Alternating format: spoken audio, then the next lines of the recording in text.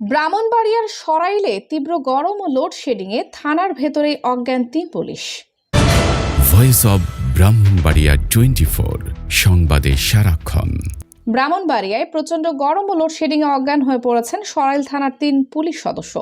পরে তাদের দ্রুত উদ্ধার করে সরাইল উপজেলা স্বাস্থ্য কমপ্লেক্সে ভর্তি করা হলে চিকিৎসা শেষে তারা সুস্থ হয়ে ওঠেন।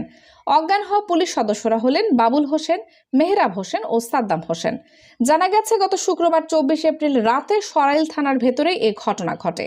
সন্ধ্যা থেকে রাত ১০টা পর্যন্ত বিদ্যুৎ না থাকায় তীব্র গরমে তারা ধীরে ধীরে অসুস্থ হয়ে পড়েন। এক পর্যায়ে ৩ জনই জ্ঞান হারালে সহকর্মীরা দ্রুত তাদের উদ্ধার করে হাসপাতালে নিয়ে যান। অজ্ঞান হওয়া পুলিশ সদস্য বাবুল হোসেন জানান, বিদ্যুৎ না থাকায় প্রচণ্ড গরমে কখন যে তিনি অজ্ঞান হয়ে পড়েছেন তা বুঝতেই পারেননি। পরে সহকর্মীরা মাথায় পানি দিয়ে হাসপাতালে নেওয়ার পর তিনি কিছুটা সুস্থ বোধ করেন।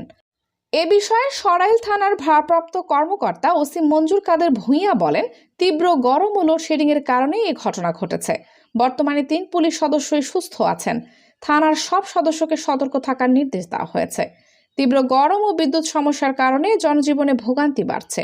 বিশেষজ্ঞরা এ সময় সবাইকে সতর্ক থাকার পরামর্শ দিচ্ছেন।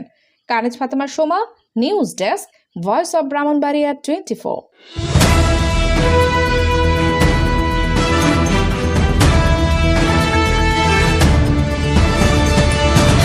ভয়েস অব ব্রাহ্মণবাড়িয়া 24 সংবাদে সারাক্ষণ।